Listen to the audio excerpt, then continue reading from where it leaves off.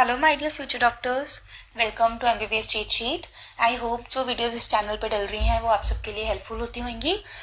ये बहुत ही recent question था, काफ़ी स्टूडेंट्स ने डाला हुआ था कि डीम्ड यूनिवर्सिटीज़ कौन सी होती हैं, डीम्ड यूनिवर्सिटीज़ का मतलब क्या होता है, डीम्ड यूनिवर्सिटीज़ में हमारे पास स्कॉलरशिप्स कौन कौन सी होती हैं, एलिजिबिलिटी क्राइटेरिया क्या है, और काफ़ी कुछ अबाउट द डीम्ड यूनिवर्सिटीज़ बच्चे जानना चाहते थे।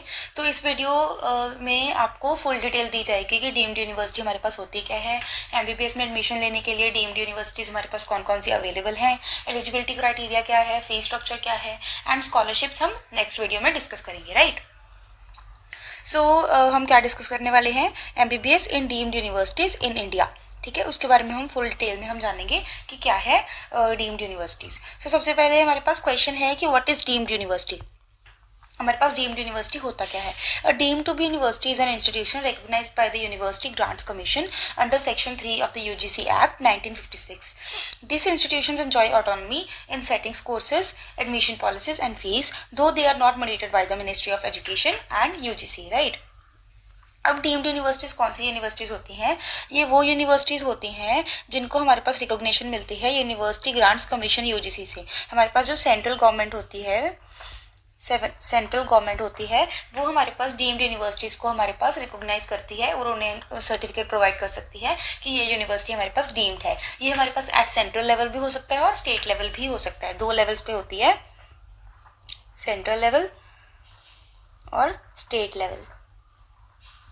ठीक है, और यही इंस्टीट्यूशंस होती हैं हमारे पास, सिर्फ डीम्ड यूनिवर्सिटीज़ होती हैं जिनको ऊपर से कोई और रेगुलेट नहीं कर रहा होता। ये अपनी ऑटोनॉमी को फुली इंजॉय करते हैं, इनके कोर्सेज ये खुद डिसाइड करते हैं, एडमिशन पॉलिसीज इनकी खुद की अलग होती है, फीस स्ट्रक्चर इनका अलग होता है और इनकी जो मॉनिटरिंग होती है वो ministry of education and UGC करता है, क्योंकि यूजीसी एक्ट के अंडर ही सेक्शन 3 के अंडर इनको डीम्ड यूनिवर्सिटीज़ का सर्टिफिकेट मिलता है। ठीक है, की फीचर्स क्या होते हैं डीम्ड यूनिवर्सिटीज़ के, ऑटोनॉमी एंजॉय करते हैं, करिकुलम और एडमिशन्स में खुद का करिकुलम बनाएंगे, खुद का ही एडमिशन्स पॉलिसीज बनाएंगे। ठीक है, ये अपनी खुद की डिग्रीज अवॉर्ड कर सकते हैं, कोई भी नया ये कोर्स लेके आ सकते हैं जो कि बेनिफिशियल होगा स्टूडेंट्स के लिए, अपनी यूनिवर्सिटीज़ में ओपन कर सकते हैं और उसके रिगार्डिंग डिग्रीज भी प्रोवाइड कर सकते हैं ये बच्चों को। ठीक है, इनके जो एकेडमिक स्टैंडर्ड्स होते हैं हाई होते हैं, ये अपनी एजुकेशन पॉलिसीज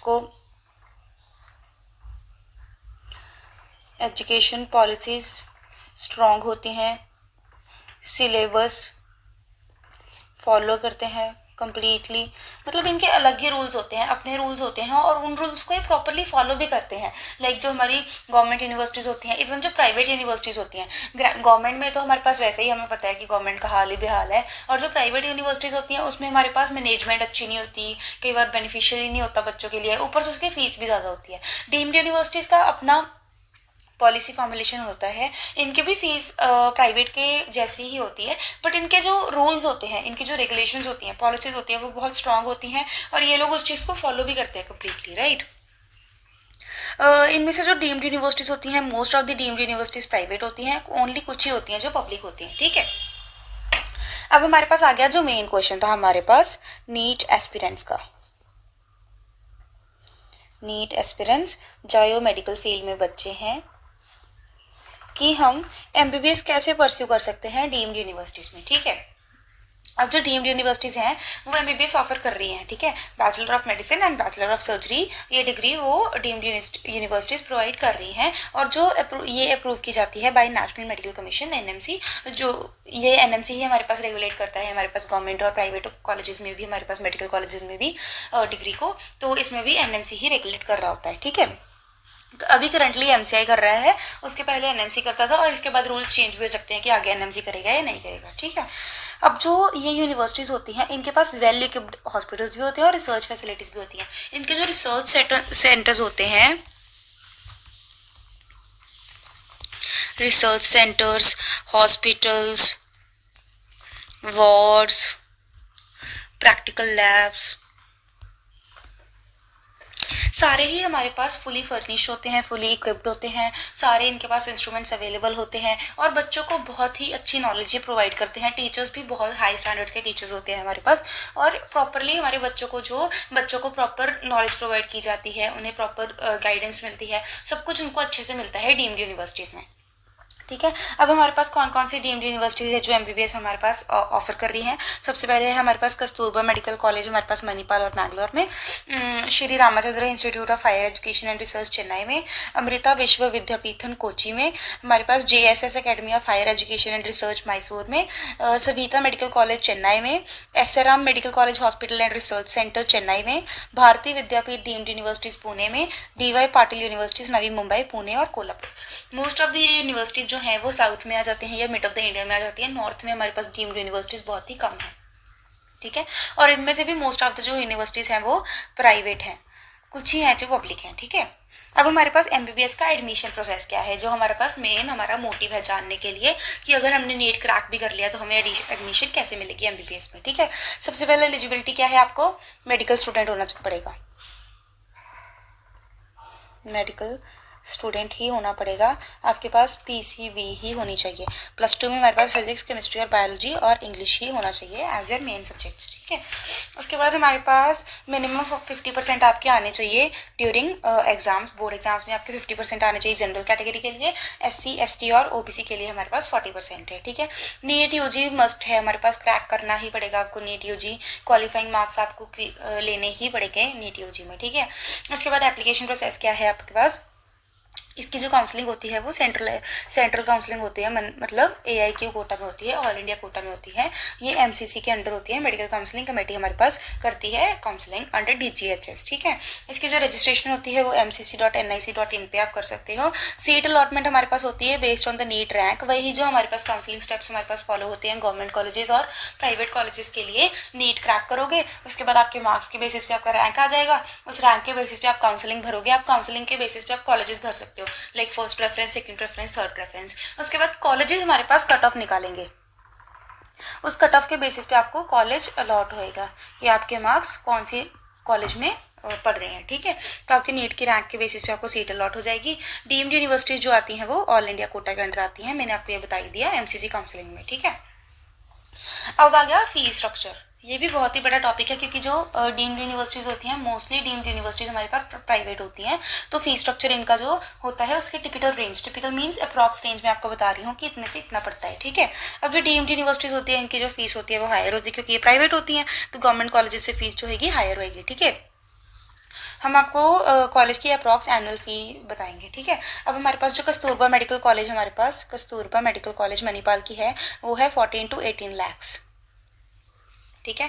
अमृता कॉलेज की जो कोची में है उसकी है 15 to 20 lakhs, ठीक है। श्री रामचंद्र कॉलेज की है 22 lakhs, सविता कॉलेज की है हमारे पास ₹20 to 22 lakhs, DY Patil college की हमारे पास 17 to 22 lakhs, भारतीय विद्यापीठ कॉलेज की है हमारे पास अबाउट 18 lakhs। तो टोटल कोर्स कितनी पड़ेगी हमारे पास, टोटल कोर्स की हमारे पास कॉस्ट कितनी पड़ेगी, अराउंड 75 lakhs to 1.2 crore।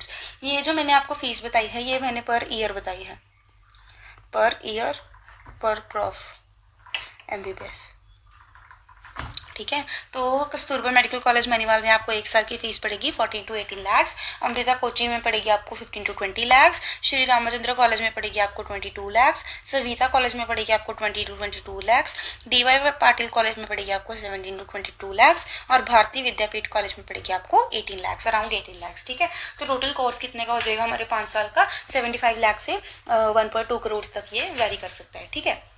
अब हमारे पास नेक्स्ट क्वेश्चन क्या आ गया, अब हमारे पास इतनी ज़्यादा फीस है, इनके पास बाकी सब कुछ अच्छा है, देखो रिसर्च फैसिलिटीज़ भी हैं, हॉस्पिटल्स भी वेल इक्विप्ड हैं, कॉलेजेस अच्छी गाइडेंस भी प्रोवाइड कर रहे हैं, अच्छी स्टडी भी प्रोवाइड कर रहे हैं, अच्छी नॉलेज भी प्रोवाइड कर रहे हैं, अच्छी फैसिलिटीज़ भी हैं, कॉलेज में भी, हॉस्पिटल में भी, कैंपस में भी, सब कुछ अच्छा है, बस फीस ही इसकी ज़्यादा है गवर्नमेंट कॉलेज से। और हमें ये भी नहीं पता कि हमारे जो नीट का स्कोर आ रहा है, हमारा जो नीट का रैंक आ रहा है, उसके अंदर हमें डीम्ड यूनिवर्सिटी मिलेगी या नहीं मिलेगी। तो ये क्वेश्चन क्या है हमारे पास कि should you choose a deemed university और नॉट। तो प्रोज क्या है हमारे पास, बेनिफिट्स क्या है हमारे पास अगर हम डीम्ड यूनिवर्सिटी चूज करते हैं। एक तो हाई इंफ्रास्ट्रक्चर क्वालिटी, सब कुछ अच्छा है इनके पास, इंटरनेशनल एक्सपोजर अपॉर्चुनिटीज़। अब जो ये डीम्ड यूनिवर्सिटीज़ होती हैं ये कॉन्टैक्ट में होती हैं इंटरनेशनल यूनिवर्सिटीज़ के, इनकी जो प्लेसमेंट्स होती हैं वो भी बहुत अच्छी होती हैं क्योंकि इनका जो कॉन्टैक्ट होता है इंटरनेशनल यूनिवर्सिटीज़ में, मेडिकल कॉलेजेस में, मेडिकल हॉस्पिटल्स में बहुत ही अच्छा होता है। आपको बहुत सारा एक्सपोजर मिलेगा, बहुत सारे लाइक इवेंट्स होंगे related to international hospitals and medical colleges, तो आपको बहुत ज़्यादा नॉलेज गेन भी होगी और आपके लिए एक्सपोजर भी बहुत होएगा, अपॉर्चुनिटीज़ भी आपको बहुत मिलेंगी, ठीक है। रिसर्च फैसिलिटीज़ बहुत अच्छी हैं, ये मैं आपको पहले ही बता चुकी हूँ, राइट।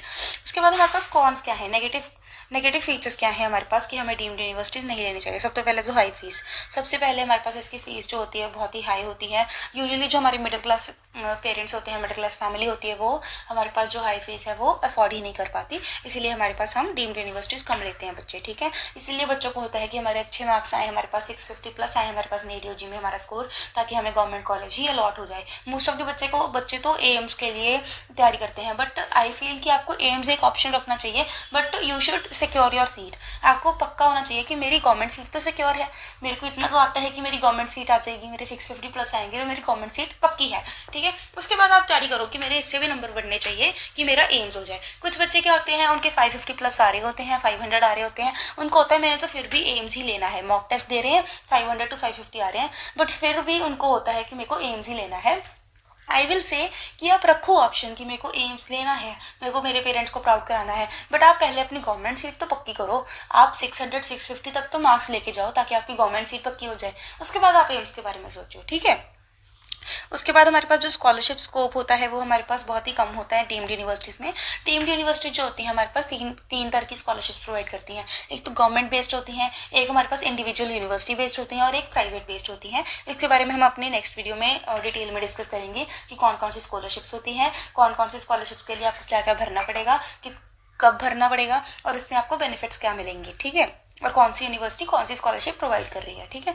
ऑल्सो हमारे पास जो कॉन्स हैं डीम्ड यूनिवर्सिटी के, वो क्या है हमारे पास, डिस्टेंस फ्रॉम होम। मैंने आपको ये बताया कि मोस्ट ऑफ द जो डीम्ड यूनिवर्सिटीज़ है वो साउथ में हैं, मुंबई महाराष्ट्र में है, नॉर्थ में बहुत ही कम डीम्ड यूनिवर्सिटीज़ हैं, और बहुत ही ज़्यादा जो डीम्ड यूनिवर्सिटीज़ होती हैं मेट्रो सिटीज़ में लोकेटेड होती हैं। तो हमारे पास जो डिस्टेंस है बहुत ही ज़्यादा हो जाता है होम से, होम सिकनेस बड़ी होती है बच्चों को, but still it is a different factor. ये तो बच्चे समझ ही जाते हैं, अगर बच्चे को किसी को अच्छी नॉलेज गेन करनी है, अच्छी रिसर्च फैसिलिटीज़ गेन करनी है, तो वो अपने आप ही अपना मन बना के ही पहले ही जाएगा। बट जो मेन रीज़न आ जाता है वो हमारे पास आ जाती है हाई फीस, जिसकी वजह से बच्चे अवॉइड करते हैं डीम्ड यूनिवर्सिटीज़ में एडमिशन लेना, ठीक है।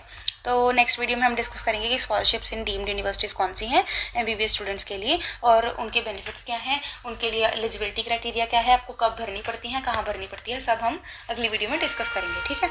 Until then, like, share, comment and subscribe, do subscribe the channel, ताकि आपको रेगुलर नोटिफिकेशंस मिलती जाएं, और आप कोई भी क्वेश्चन जो आपको जिसके बारे में आपको वीडियो चाहिए वो आप कमेंट बॉक्स में डाल सकते हो। Thank you.